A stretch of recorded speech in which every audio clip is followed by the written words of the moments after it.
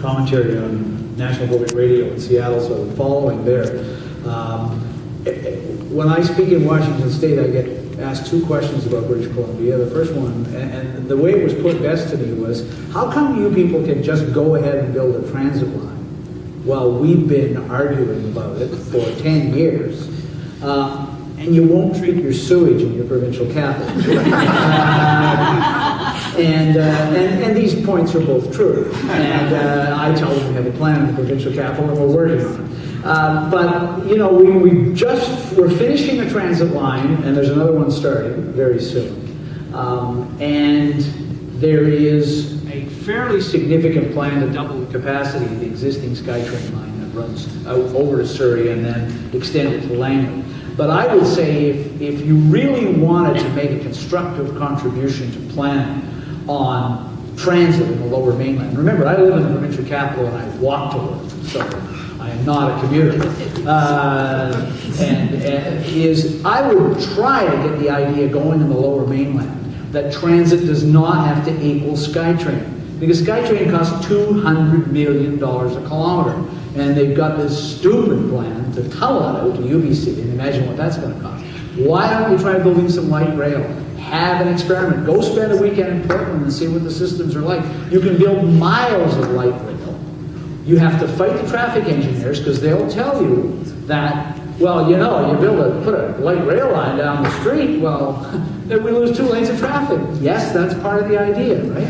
So that's my input as a non-Lower Mainland resident, that recognize what's been done. I think widening the SkyTrain system and improving its capacity is a good idea to Surrey, but we really, I think in the Lower Mainland, they should be looking at what the guy who ran against the Premier in Point Grey suggested, was a tram system along Broadway, and some light rail. You can build a lot of light rail for much less than you can build SkyTrain.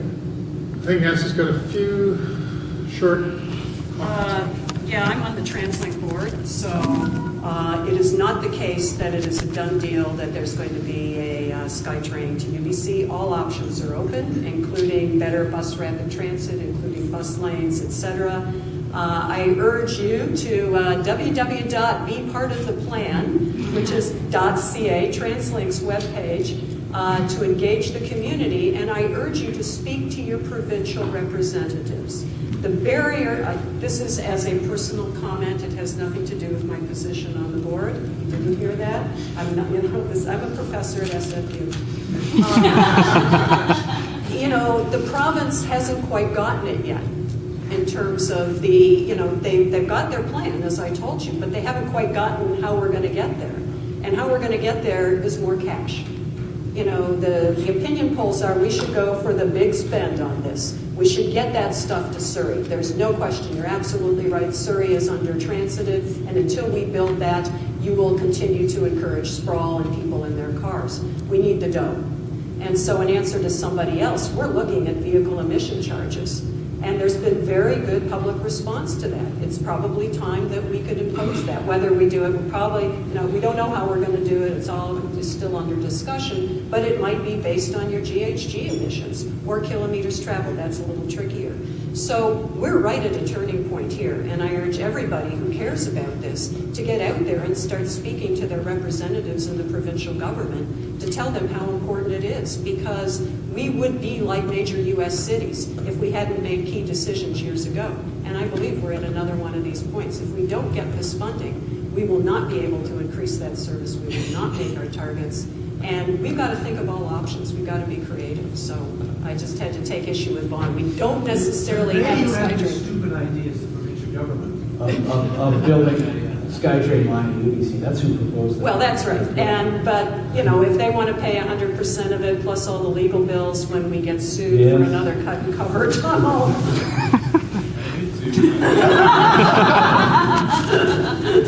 I don't want to be the skunk at the garden party here, but one doesn't want to burden tools that you can use to fight greenhouse gas emissions with more than they can bear.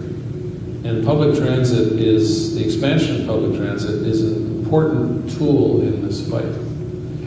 But even a massive expansion of public transit, be it in the lower mainland of British Columbia or in Toronto or in other cities, is only going to provide a shift, variously estimated, at maybe 10 to 15% of people from vehicles to public transit, even with a massive investment. So and public transit is great for point to point, but it's not good at all if you're not going point to point. And our cities have been built in North America such that most trips are not point to point, or at least many trips. So that's why 20 years from now, having a different kind of set of cars on the road that are either electric or hybrid or not emitting is just as important as having better public transit from an emissions point of view. Now, there may be traffic reasons, there may be time delay reasons, etc., etc. You're not going to take your kids to hockey practice on public transit. You're not going to go to shop. Most people are not going to go to shop on public transit if they have to carry large numbers of bags. People who live in the suburbs and who commute from one point to another in the suburbs are not going to. So all I'm saying is by all means, have better public transit. We all ought to be pressing for that, but don't burden it with more than it can take. There's a range of other tools in transportation that are going to be as, if not more consequential in reducing emissions than a modal shift. And the one thing you never want to do is to have an election campaign in which a party leader stands in front of a bus in Vancouver and promises that you're going to give everybody who's riding public transit a tax credit. Because 95% of the people who are receiving the tax credit are already riding public transit. So you don't get any shift at all. It's a crazy policy. And the next stupidest thing you can do is to put $1 billion into corn-based ethanol. There's a lot of dumb things you can do on this file. And we're doing a bunch of them right now. So I'm going to give the last word to George. Get a few short comments. Well, I'll briefly disagree with Jeffrey. We heard the same thing earlier. I don't think it's a wrong thing to do to either lower transit fares so more people use it or give people incentives whether or not. What doesn't make a lot of sense to me is giving massive subsidies to the oil and gas industry that's going to develop oil and gas as long as they can sell it and can set the price for it. Let me just close with one statistic that feeds into what Ben said. The UBC's Design Center for Sustainability said that for the cost of the Gateway project, 200 kilometers of light rail could have been built.